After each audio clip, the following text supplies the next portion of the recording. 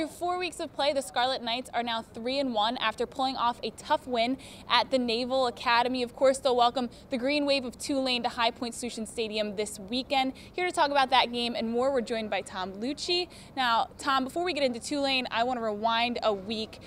How did the Scarlet Knights really beat Navy at their own game, outrush them by over 100 yards? You talked about what a key that would be to the Knights' success. What was clicking for them that allowed them to be so dominant on the ground? Well, I think we saw a culmination of all three running backs at their peak. The three that Rutgers has used all year, and now obviously they're going to be absent Paul James because of that season-ending ACL. But Justin Goodwin, 100 yards plus, and Desmond Peoples flirted with 100 yards, and probably PJ easily would have gotten 100 yards had he stayed healthy. So we saw that. I think the offensive line was prepared for this. It was one of their better showings, best rushing day, I think, in 7 seasons at Rutgers.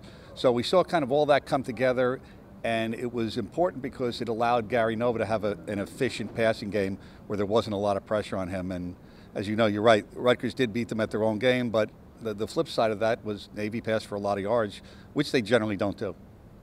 And now looking ahead to this Saturday, Tulane is really the last game Rutgers has before they head into the bulk of their conference play. What would a win here mean for them before they head up against Michigan and Nebraska and Ohio State? Well, it's important. I don't think there's any question about it because you want to finish your non-conference schedule unbeaten, which they have a chance to do, before you head into conference play, and then you have a chance for a home game in your next conference game. So, you know, they're talking about looking at 4-1 with Michigan coming in here, and the way Michigan's struggling, it's not impossible to think that they're beatable here, you know, in Piscataway. So 5-1, then you're 1 win away from bowl eligibility. So, yes, each of these becomes an important step towards that because the ultimate goal is to get to a bowl game.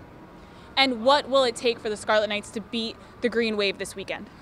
Well, it's from what I've been able to see from Tulane, they seem to have they take a lot of risks on defense. They're last in the country in turnovers allowed, given up, and for top 10, I think, in takeaways. So it's a kind of a high risk, high reward kind of team.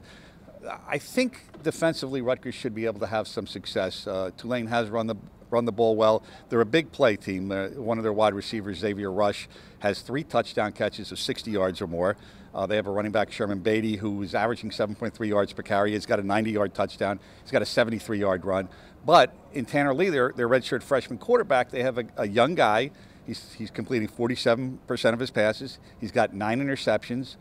He has a tendency to make some mistakes. So that's something with Rutgers. The way the front four has been playing with the 17 sacks to this point can get some pressure on him and maybe make him make a couple of mistakes. But I think Rutgers defensively has the strength to stop what Tulane does offensively.